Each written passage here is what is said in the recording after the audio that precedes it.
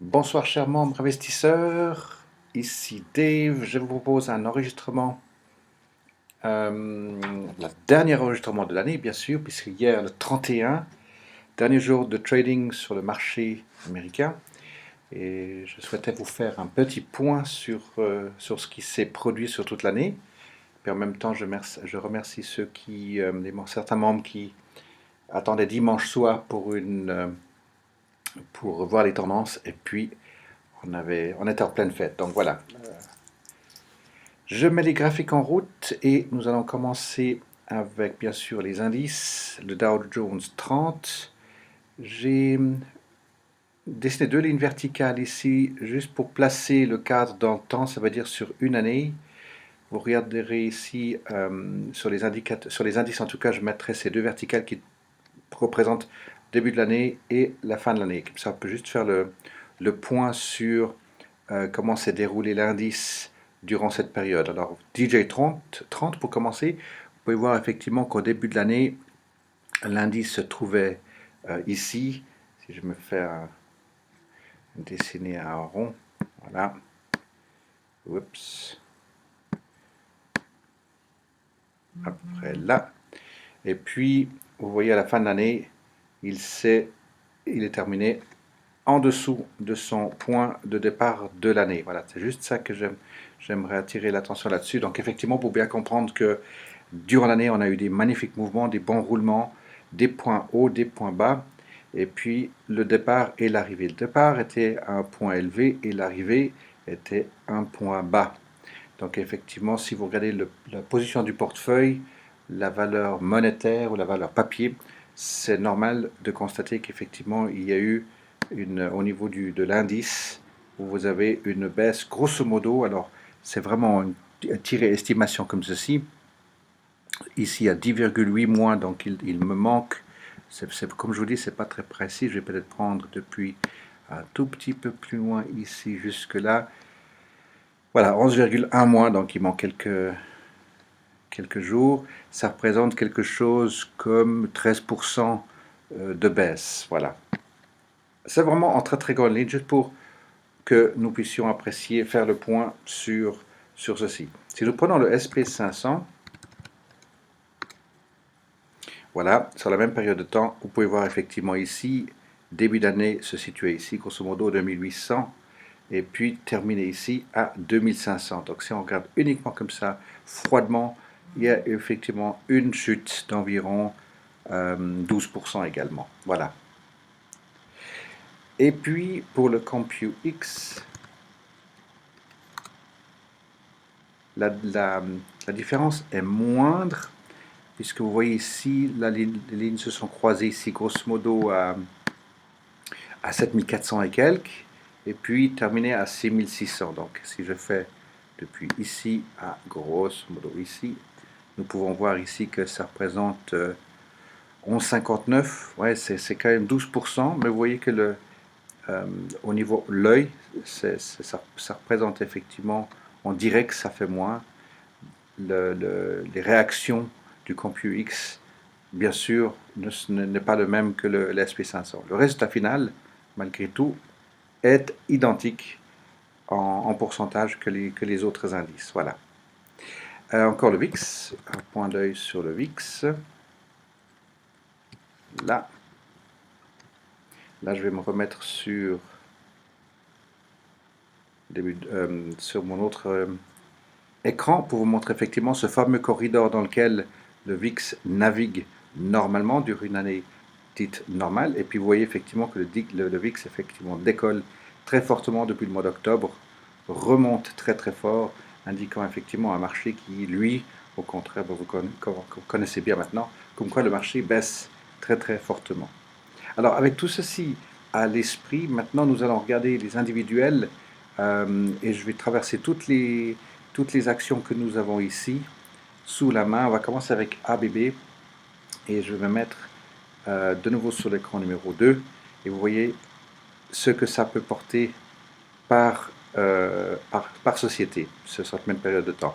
Alors maintenant, si nous regardons depuis 5 ans, nous voyons que ABB a fait des très très très grosses vagues ici sur 5 ans. Je suis bien sur 5 ans. Et vous allez pouvoir peut-être juste regarder chez vous par la suite les points hauts, les points bas et les points hauts et maintenant les points bas. Alors c'est pour ça que c'est très important de bien suivre ces différentes sociétés puisque maintenant, en ce qui concerne ABB, nous approchons à un point bas.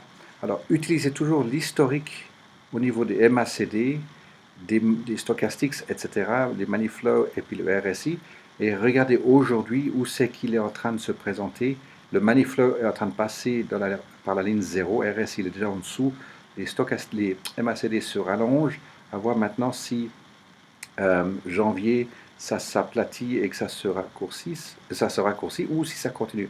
Pour déterminer le point de support pour ABB, soit il continue encore une baisse, est-ce qu'il pourrait descendre jusqu'à 18, c'est fort probable. Si vous prenez ici les nombres de bougies et on se met carrément comme ceci, voilà, ça fait du 18, voilà, grosso modo. Si vous regardez tout à droite sur l'échelle de prix, 17,92. Donc ABB pourrait tout à fait descendre encore jusqu'à ce point-là avant de présenter un point de support. Sur un an, regardez les gros MACD qui se sont présentés ici et ici. Là, il n'y a plus rien, enfin, il y a très très peu. Donc, à un moment donné, on va déterminer son point de support et voir travailler avec lui lorsqu'il sera au plat, si j'ose dire, lorsqu'il y aura des roulements au plat, latéral, et ou s'il va commencer à reprendre la direction du nord. Dans tous les cas, à partir du moment où il présente des résistances, plutôt des supports à plat entre 17-18 voire 17-19, ce sera très probablement une bonne société à négocier sur cette prochaine année. Alors AEO, on le connaît bien mieux puisqu'on est bien impliqué avec lui, avec des résultats parfaits. Vous vous souvenez, en début d'année, on s'attendait à ce qu'il soit à un point haut. Il y a un club en particulier qui est très très impliqué avec AEO et qui maintenant recueille, ou plutôt encaisse des dividendes, des options à la baisse ici. Donc ça, on va juste continuer la suite avec AEO, c'est chouette. Alors maintenant, sur 5 ans, il a été effectivement à son point élevé.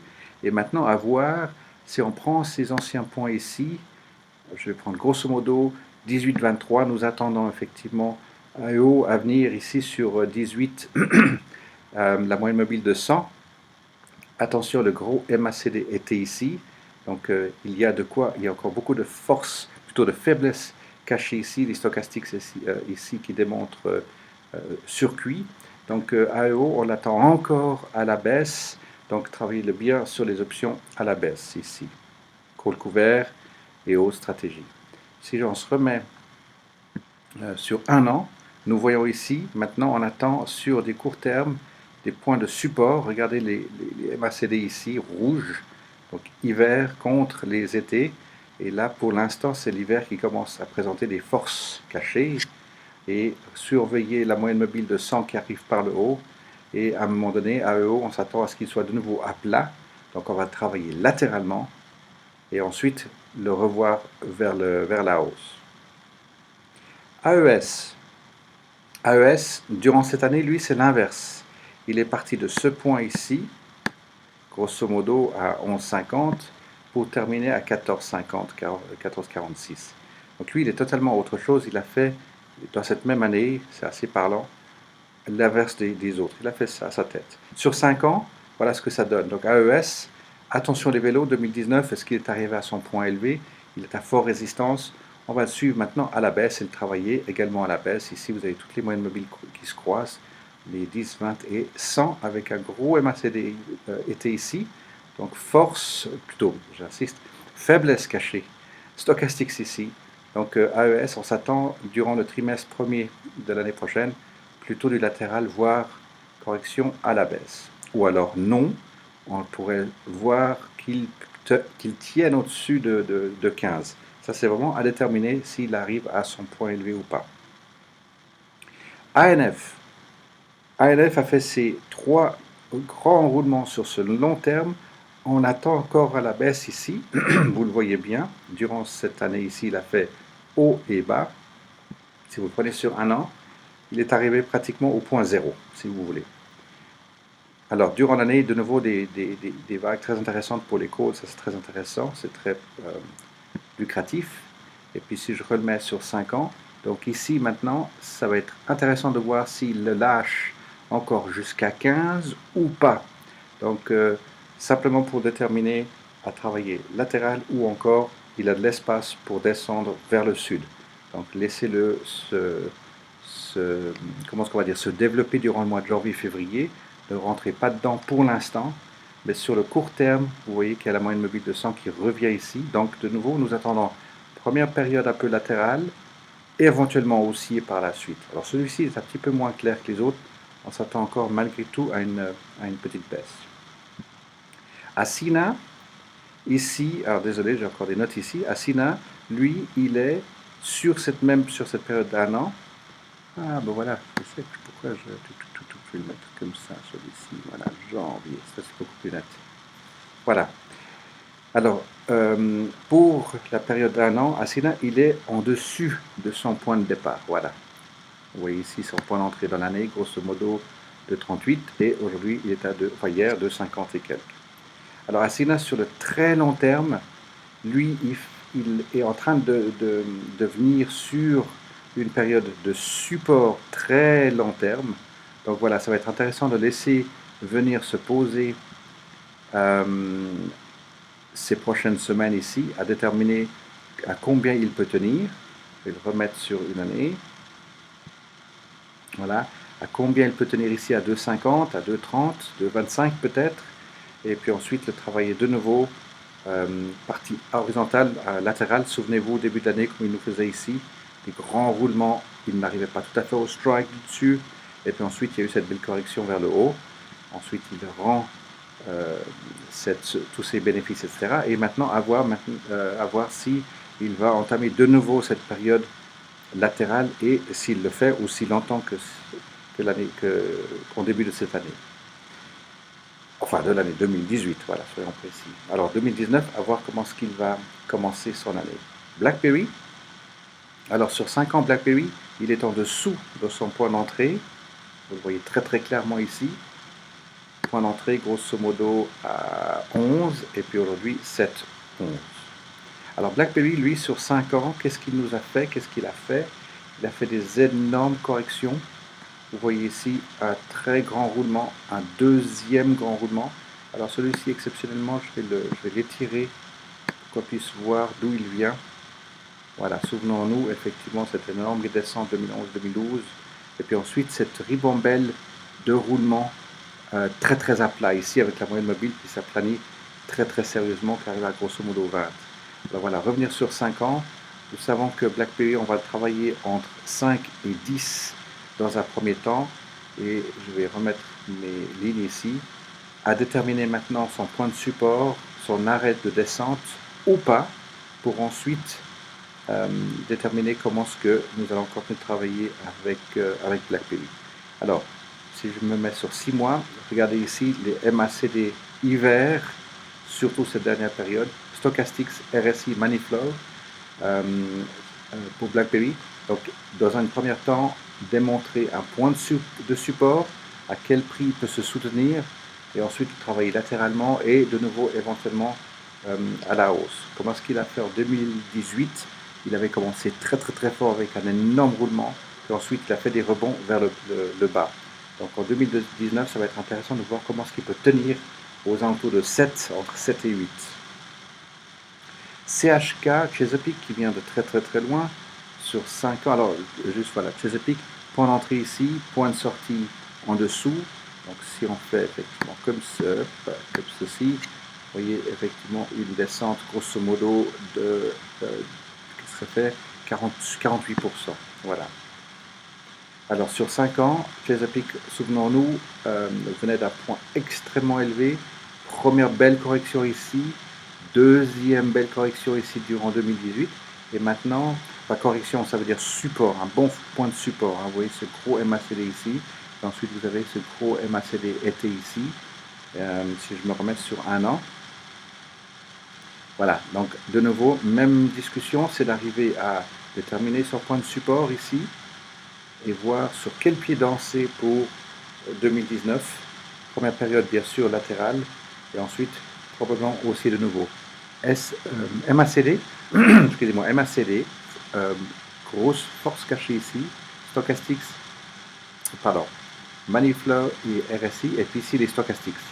Donc attention, ça risque d'être très mouvementé pour le début de l'année, de demain, le 2 janvier, pour CHK. Mais on attend de nouveau, si je reviens sur un an, je suis sur un an, excusez-moi, sur un an, effectivement, on attend son premier résistance psychologique, ça va être aux alentours de 3, grosso modo. Alors, si vous prenez toute cette ribambelle ici, là, il n'a pas pu le tenir, ça vient sur, grosso modo, du 3. Chicos, même chose, point d'entrée ici, pour finir en dessous de 6 avec ce dernier fameux gap qu'il avait fait après les earnings. Lui, sur 5 ans, il nous fait maintenant une descente continuelle avec, nous attendons maintenant un point de support fort, un peu comme vous l'avez eu ici en 2017, aux alentours de 8,60, durant toute l'année 2018, et puis ensuite, il est tombé en dessous de 8. Là maintenant, on doit trouver, même chose ici, point de support.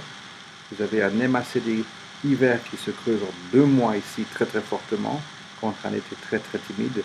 Ici, un fort MACD hiver, donc force cachée ici, ne pas le laisser passer, ça représentera très probablement une bonne force pour 2019. Si on revient sur une année, nous avons les stochastics par contre qui sont entre deux eaux. RSI est bien situé, Maniflo est bien situé, et on a un grand MACD hiver ici.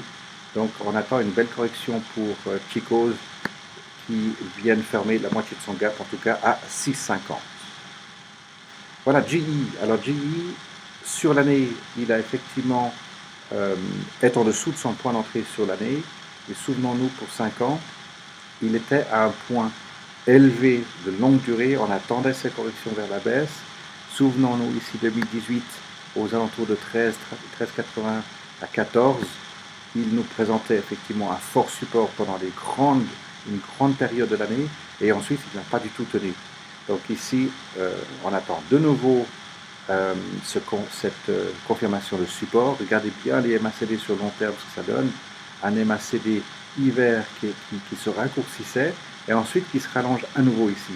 On a maintenant 2 mois à plat ici.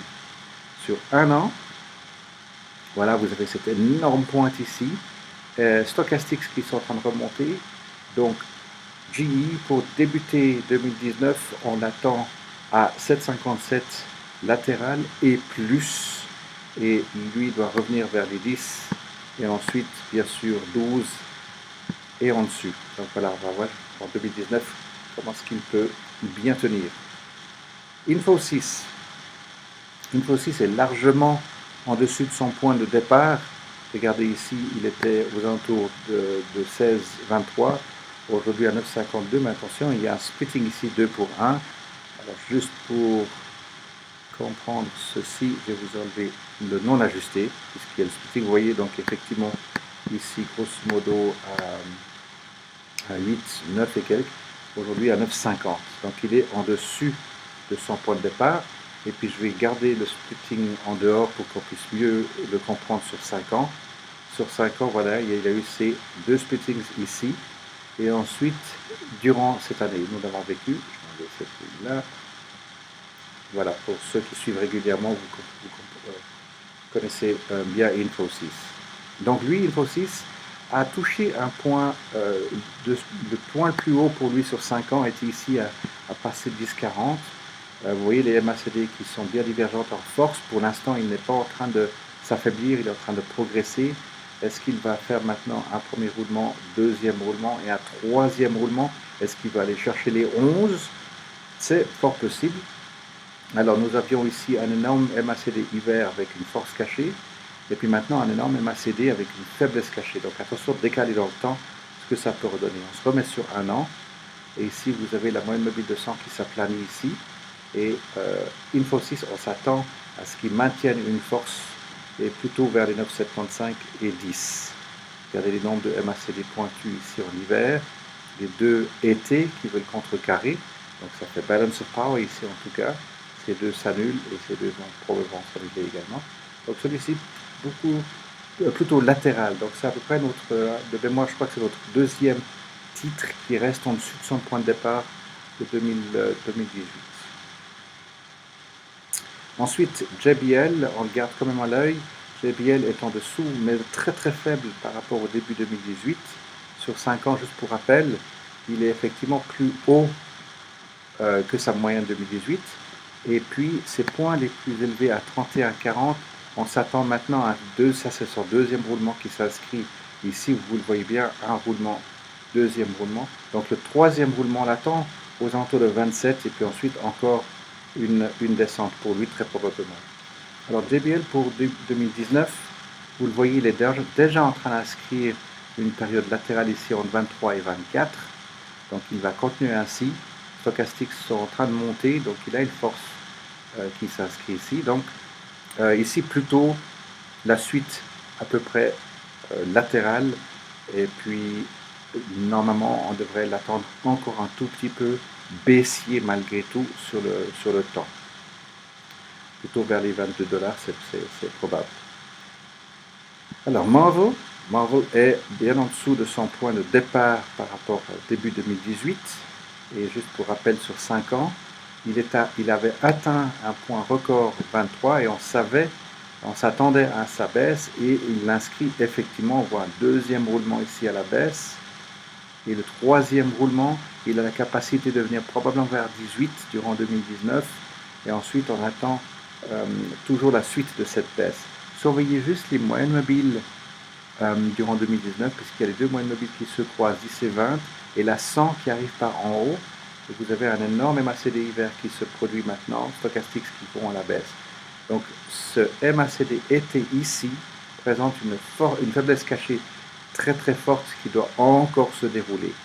Donc ça va être intéressant de suivre. Alors, revenir sur un an. Probablement on voudra faire un petit peu de latéral ici entre 16 et 17. Regardez Stochastics qui veulent présenter une montée possible. Le RSI et le Money Flow sont déjà à la ligne 0. Et puis par la suite, on attend encore un petit peu baissier pour Marvel. Je vais passer sur Nike. Alors Nike est en dessus de son point dès 2018, somme toute. Et puis sur 5 ans, il avait atteint un point élevé ici à 85. Donc il n'est pas du tout encore à résistance, il a encore de la force en lui. Les moyennes mobiles ici 10 et 20 vous le montrent. Décembre était un mois rouge pour lui, novembre était doji. Donc gros MACD était ici, donc une faiblesse cachée imminente avec Stochastics circuit. Et vous le voyez ici, ça se traduit comme ceci avec des roulements vraiment baissiers ici. On le voit très très très bien. Donc Nike, même chose pour entamer 2019. Stochastics ne savent pas trop où ils sont. Les MS, le Money Flow et le RSI sont un petit peu en dessous. Donc probablement encore des zigzags latéraux, donc 72, 74, 75 éventuellement. Et puis ensuite, à un moment, il devrait encore être baissier pour 2019. Alors, qu'avons-nous après Starbucks?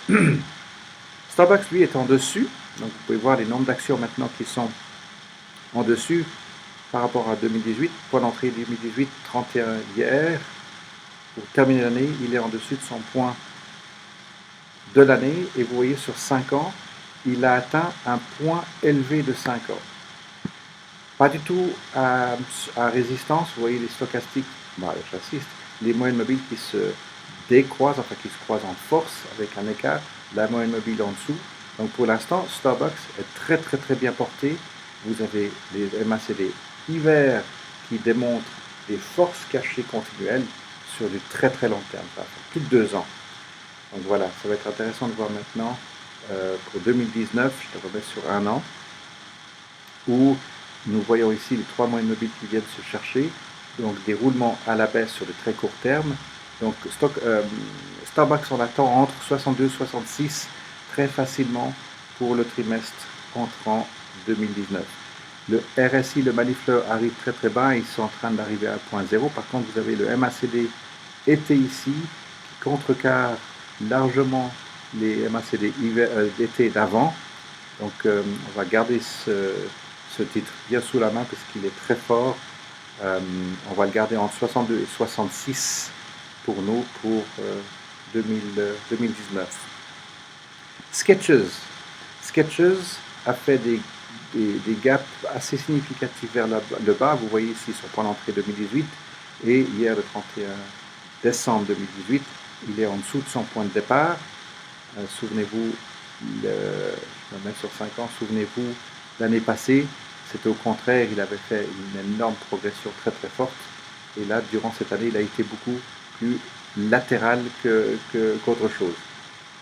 Alors, Skechers avait atteint son point le plus élevé durant 2015, un deuxième point élevé en 2018, et maintenant on l'attend toujours à la baisse. Skechers, pour revenir sur un an, on attend maintenant un très fort support aux alentours de 22, 23, on va dire même 23. Et puis, on le sait, celui-ci, le gap ici, il a été terminé, il a été fermé. Et c'est ce fameux gap ici, on l'attend en tournant à 36 $. Donc voilà, il y a beaucoup de travail à faire pour Skechers. Les stochastiques sont bien situés, Manifleur RSI sont bien. Le MACD hiver, il termine là-dessus, donc il y a une force cachée ici. Donc pour Skechers, ça va être probablement entre oui, je vais être large, 22, 24, 22, 24 pour entrer 2019. À partir de demain, on va regarder comment ce qui va se dépatouiller. Je vais venir sur les ETFs après. SWN, alors SWN spectaculaire, 2018, point d'entrée ici, avait surpassé son point d'entrée pour ensuite rendre en quelques semaines, pour rendre totalement tous ses bénéfices. Alors justement, bien garder à cœur sont ces travaux de recherche, ces préparations, les fondamentaux de site, etc. Vos calculs, gardez-les bien, parce que souvenez-vous, 2014-2015, un premier excellent point de support ici en 2016, rebelote ici en 2017, 2018, vous voyez ici la première partie de l'année, il était très très bien situé, et il est de nouveau ici maintenant au même point.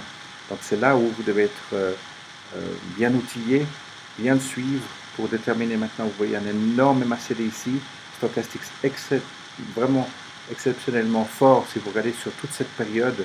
Vous voyez ici, souvenez-vous, le MACD comme il a été très très très fort ici, pardon, le stochastique, MACD également ici. Et là, vous avez maintenant une répétition qui se produit ici. Donc attention les vélos, ne mettez pas des cônes couverts de crainte, préparez-vous à trouver un très bon support, le reconnaître et travailler correctement à la hausse. Voilà. Donc de nouveau, restez toujours rationnel. Alors TSM, UAA, Under Armour, excellent. Lui, alors il est par rapport à son point d'entrée 2018 au 31 août, il est en dessus. Vous avez ici une société qui se trouve parmi des compétiteurs larges, hein, Adidas, Nike, etc. Et là, on avait effectivement durant 2015 le point le plus élevé, c'est à 50 $, belle correction à la baisse, et nous l'avons travaillé durant 2018, donc on était très très très bien avec UAA. Ça démontre que vos travaux de recherche et de calcul étaient justes. Vous avez cet énorme MACD ici, hiver, donc une force cachée qui est pour nous encore maintenant, c'est bon pour nous pour 2019 ceci. Là, vous avez une faiblesse cachée à long terme qui se dessine à l'horizon. On le remet sur un an. Donc, effectivement, pour UAA, on attend probablement latéral pour l'instant ici. Vous avez Stochastics, MACD, RSI, Manifleur qui est très très bien situé. Donc ici, 17-19, nous l'attendons, 17-19. Et puis bien sûr, il est tout à fait capable de repartir vers les 20 $. On va imaginer ici un point de résistance grosso modo à 19 dans un premier temps. Point psychologique. Je viendrai sur les ETF, je crois que je vous ai déjà dit. Wendy's. Alors, Wendy's, je suis sur le numéro 2. Wendy's avait atteint dans l'année des points élevés sur un an de 18,55 et ici de 18,14. Et puis la dégringolade était très très attendue. On le savait, on le suivait de très très longtemps, puisque nous avions dit que durant 2018, à un moment donné, son point de résistance devait être atteint. Et là, vous avez que le mois de décembre ici, une énorme bougie rouge, ça c'est décembre, ici septembre, non, novembre, je veux dire. Donc octobre, novembre, décembre, vous voyez que Doji, incertitude ici, il aurait pu très bien tourner déjà ici. Non, il a tenu, il y a un pendu qui arrive après, la bougie ici, pendu, et puis maintenant vous avez une énorme bougie rouge. Donc ici, pour Wendy's, la suite est plutôt baissier sur le long terme. Alors maintenant, sur le court terme, il y a déjà une énorme correction qui s'est inscrite ici. Donc, pour janvier, en tout cas 2019, nous l'attendons en dessous de 16, on va dire 15 à 16. Vous avez un énorme MACD ici qui se prépare ici avec un stochastique, etc. Il pourrait tout à fait s'exciter pour revenir vers 16, même 16,50, par là autour. Mais sur le très très long terme, on attend plutôt baissier pour Wendy's. Voilà, alors je voulais revenir sur VNQ qui est un SPY, VNQ, Vanguard Estate. Donc, souvenez-vous, nous l'avions travaillé ici aux alentours de 77, on avait un call à 78 qui s'était avéré positif. Et puis ensuite, vous avez cette grosse correction à la fin de l'année. Donc, ce VNQ part vraiment fortement. Je vais essayer de déterminer ici, grosso modo, vraiment très très brut, hein, 10% en dessous, voilà. Donc moins que les indices principaux.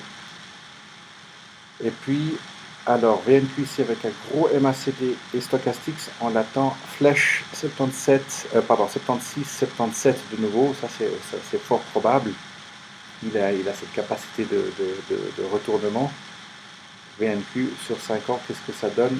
Très latéral. Vous voyez ici, il a fait vraiment du latéral, son prix moyen grosso modo à 80-81 $. Rochette ici.